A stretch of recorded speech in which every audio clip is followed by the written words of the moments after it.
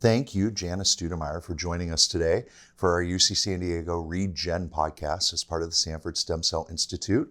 I appreciate you taking time out of your day to join us. Very pleased to be here. Thank you so much for the invitation. Thank you. I have so many questions to ask you. You have a long career, an esteemed career in space, in the industry. Tell me about your career and where you've been and what you've been doing and maybe what one of your favorite roles has been. Okay. So I've been in the space industry for about 10 years and actually transitioned from biotech, pharma, medical device. I worked here in the San Diego community for about 2 decades and transitioned first as life science lead for research on station through ISS National Laboratory, CASES, the Center for the Advancement of Science in Space, then moved on to a company called Space Tango that actually has facilities on the International Space Station. And most recently, I was with Axiom as the Global Director for In-Space Manufacturing. Wow. Have you ever been to space yourself? I have not, but I would love to go. So that was my next question.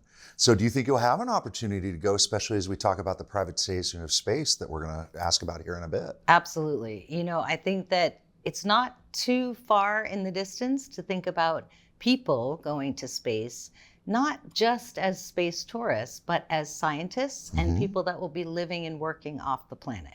I mean, when I think about in-space manufacturing, we need the entire industry of biotech to be with us, whether it's hands that are in a manufacturing facility or hands that are in a laboratory, as well as people who are going there really to experience things like the overview effect, right? And see the different perspective that you get of the planet. For me, the science in microgravity is the microgravity effect, because the perspective that you get on science and an understanding of diseases and potential new therapies that we couldn't get here on Earth. Yeah. Well, you bring up a good point. You just brought up 2 good points I'd like to follow up on. The first is living and working in space. If the general public doesn't really think about it, but folks are only there for a few days, a few weeks, a few months, and then they come back.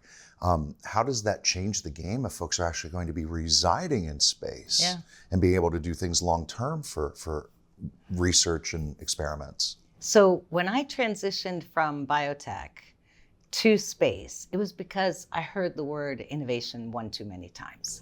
And I, like most everyone, thought that when the shuttle program ended, so did space.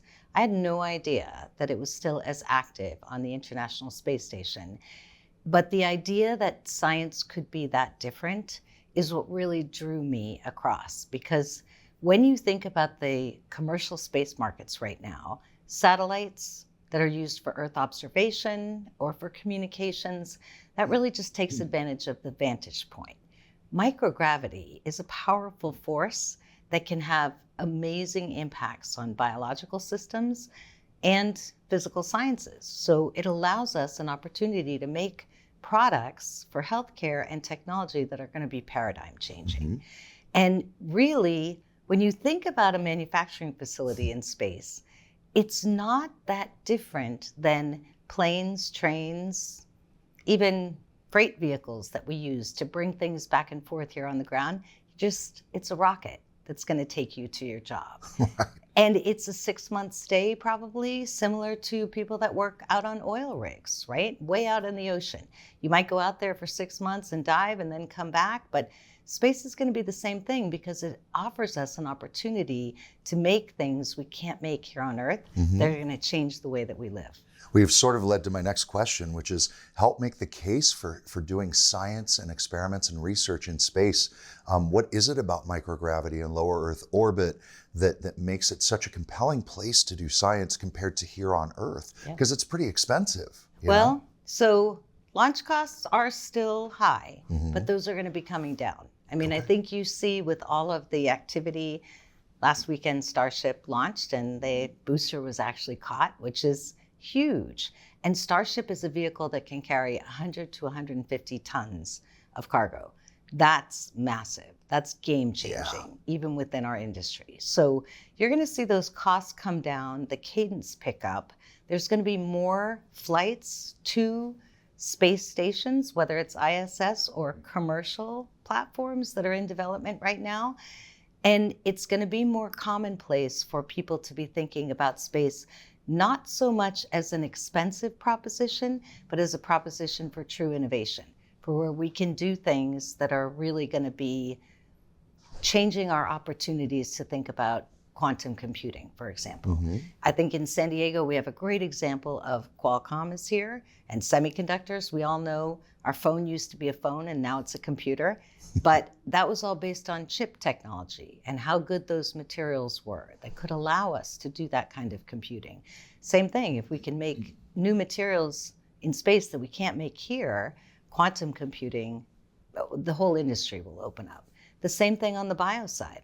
When we think about doing things like growing stem cells, from a regenerative medicine perspective, the field has not reached its full potential because there's hurdles in biomanufacturing.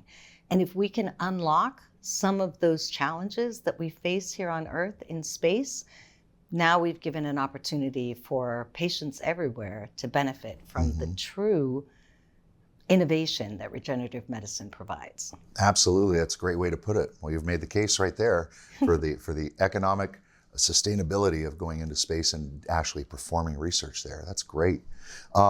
Let's talk about the privatization of space. It's no secret that 2030 is when the International Space Station, ISS, is set to be decommissioned. That's right. And so that means that that there will be space stations that are by private companies up there performing research and working with organizations like ours here at UC San Diego to do space experiments. Talk to me about that paradigm shift that's going to happen and is already happening in space. This is a fascinating time, and it's why I believe that when you think about the definition of global, we're really just expanding it to bring it up 250 miles to low Earth orbit, and why people will be living and working in space.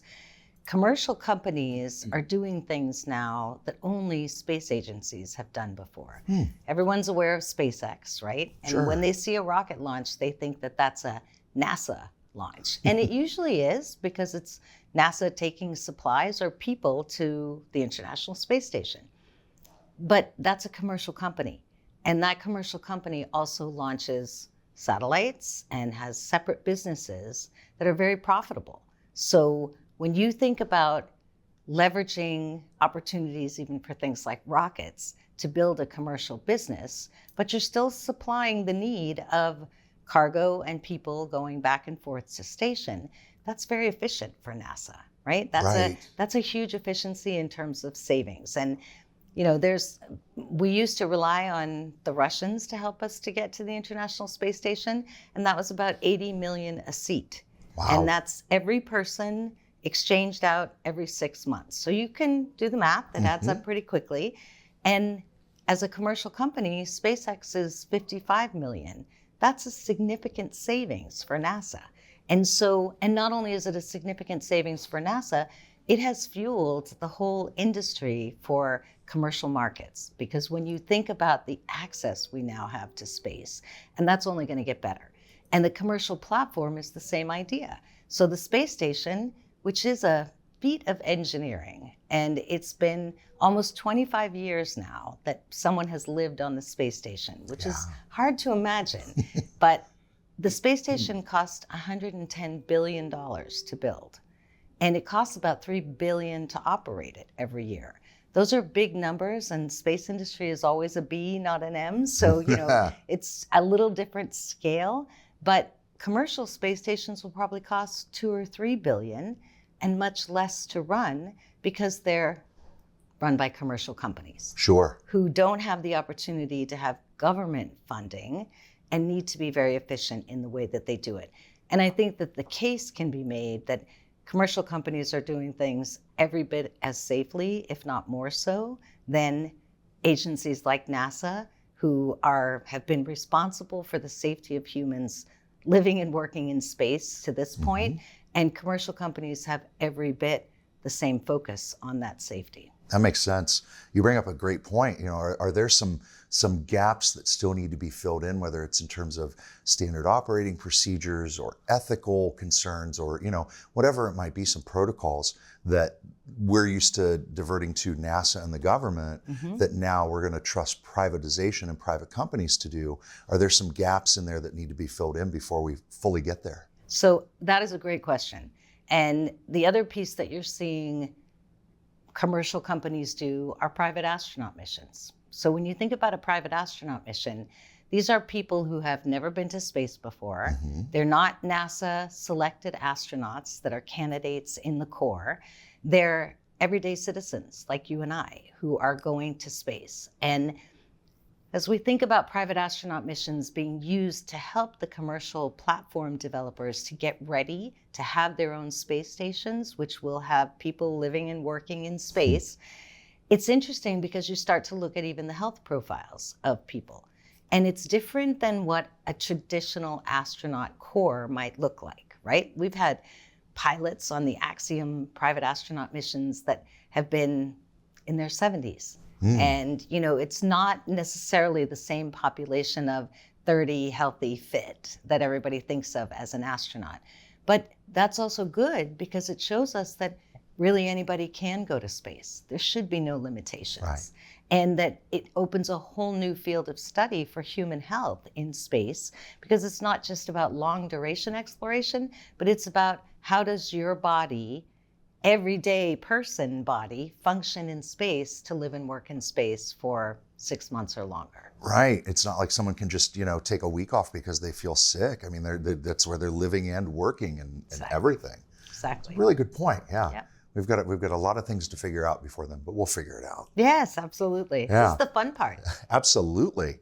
Tell us about some of the behind the scenes of space exploration. You know, there are so many components that the public doesn't know about, doesn't see. There are superstitions about launches, the late night pushes. You know, how do these things actually work? Absolutely.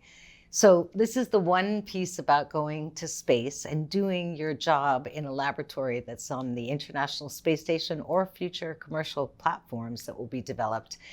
So you have to prepare, and you prepare a lot to get ready for space because you want things to work perfectly. You're not able to walk to the lab down the hall and make a change. It's 250 miles above your head. And so you want things to go well.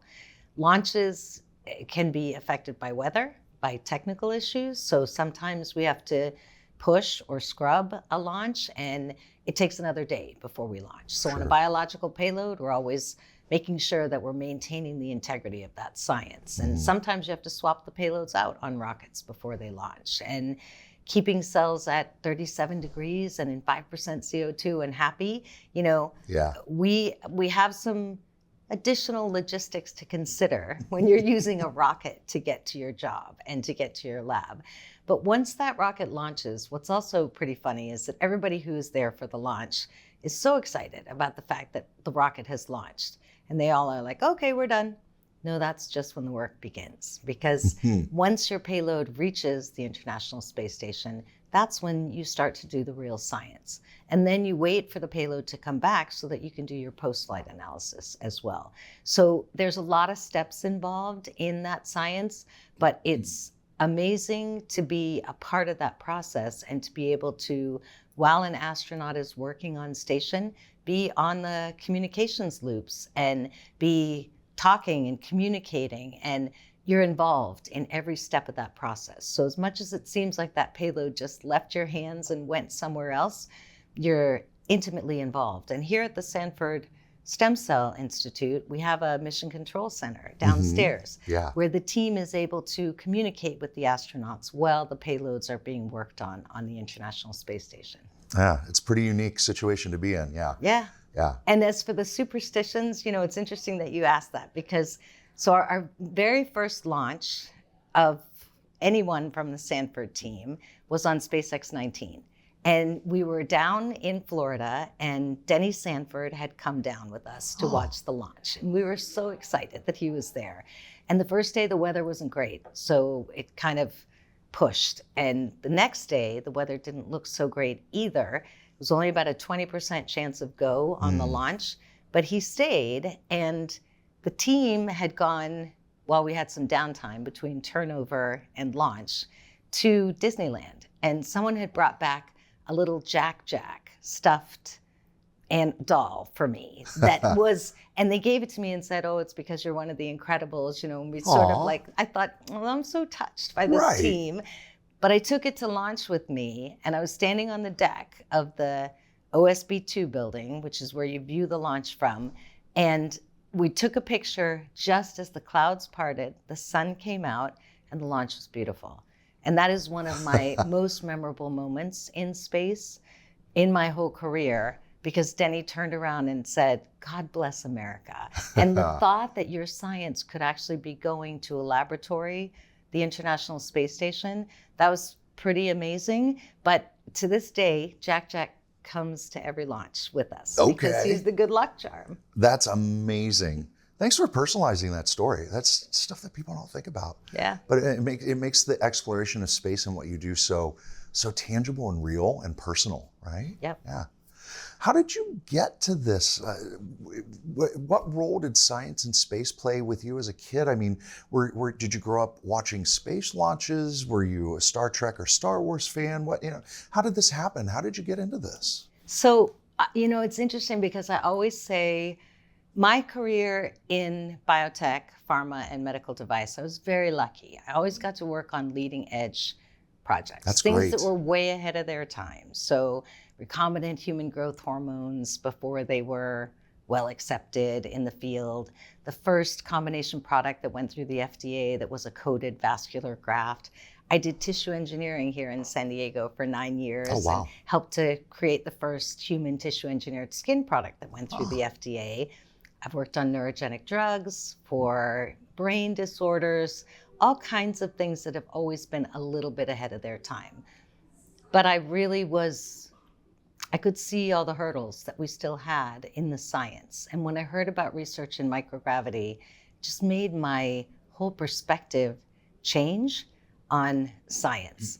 And when people ask me, well, why did you go to science? Because you were doing so much here to help people on Earth. I still am.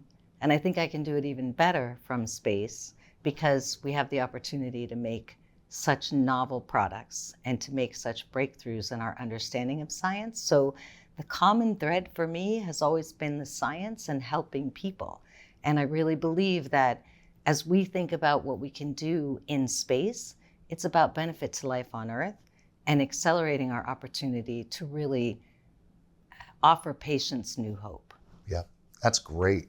What would you say to the next generation of youngsters in our culture and in our world? It's not just America, right? But especially young girls, young women that want to or might even be interested in science, technology, space, this type of thing. How do we encourage them to pursue careers in this area? Absolutely. So I think the first thing I would say to the next generation is be prepared, because any career that you could do here on Earth, you're going to be able to do in space. So when you start thinking about space and it's maybe not attached to what you think you do, think again, because it's fascinating, even on spacesuits, that people that worked in theater or Cirque du Soleil make spacesuits because they have precision sewing skills. Food, everybody needs to eat, so nutrition. And even from the perspective of legal or policy, there's going to be so many areas that are going to open up as we really do expand this definition of global to include 250 miles up. And women in science, I am passionate about. Yeah. I mean, and especially space. I think space, we have people like Peggy Whitson, the commander of the AX-4 mission coming up and commander of AX-2. Missions that the Sanford team will be flying on and have flown on with previously. She is an amazing role model for women in science and space. Rayana Barnawi, who is here at this symposium, first Saudi woman. I mean, that's huge. Absolutely. And that's another opportunity that commercial space provides. It gives you anyone from any country, even if you don't have a space agency, has the ability to now fly. Those are inspirational moments when someone like Ray flies for women in science, women across the globe to see themselves in a role and think, I can do that. Yeah. And they can. That's amazing. Thanks for being a role model and a mentor to so many folks, especially young women, young girls. It's impressive. Taking a tangent off of that, do you think with the privatization of space that even some members of, say, the Sanford Stem Cell Institute here at UC San Diego would be able to fly up and conduct their own experiments in space? Absolutely. Wow. That is not so far-fetched. And, it's funny because private astronauts can go to the International Space Station now, so you don't have to be a NASA astronaut. And we rely heavily on scientists. I mean, Ray is a perfect example of that, a stem cell scientist. We have other examples, though, throughout the industry. We just had on a suborbital flight for Blue Origin, which is only 8 minutes in microgravity, but it's still another access point for microgravity. We had Rob Furl, who is a scientist from University of Florida that was actually funded through the Flight Opportunities Program at NASA to fly, because NASA supports scientist astronauts as well and would love to be able to provide opportunities for scientists to fly with their experiments. So I think you'll see that in the not too distant future. All of the pathways are aligning to allow that to happen, both from a NASA funding standpoint, private funding, as well as opportunities that are available for citizens, not just people from space agencies, to go to ISS or to commercial platforms. What incredible opportunities lie ahead, and we don't even know what we don't know yet. Right. I think for me, that's funny that you say that, because I always say, if you're working in the space industry, you see all of this happening. And even the transition, when the ISS is decommissioned at the end of the decade, you will have a commercial platform that will now be remaining and maintaining a permanent presence in low Earth orbit from a US perspective. That's a national priority for us, as well as having a facility that can conduct research to allow us to do future exploration for Moon and Mars, which is where NASA is going. I mean, the reason that they're exiting low Earth orbit and letting the commercial sector take over is because they want to explore further. And even in the model of public-private partnership, so there are commercial LEO payload services, CLIPS, that are very much like commercial LEO destinations, the CLDs that you hear about. So this concept of using commercial efficiencies to allow us to even explore further is something that's very real. But when you see the ISS decommissioned at the end of the decade and commercial platforms take over, you're also going to probably see changes in the cadence of access to space and the opportunities for anyone from any country, anywhere, to be able to access those opportunities. Amazing, amazing. Okay. Any closing thoughts that you might have for our listeners? Just, the sky is no longer the limit. True. And Kat likes to say this too, and I really, it is the truth. I mean, and when I think about working in space, I'm close to it. I see the future changing. I see what it's going to look like at the end of the decade and how different it's going to look. And I just think how exciting for everyone who is young and just starting out in their career, because what the next decades hold are going to be amazing. That's fantastic. Great way to put it. Jana, thank you so much for joining us today at the Regen Podcast. My pleasure. I appreciate it. Enjoy the rest of our annual Stem Cell Institute Symposium. Thanks.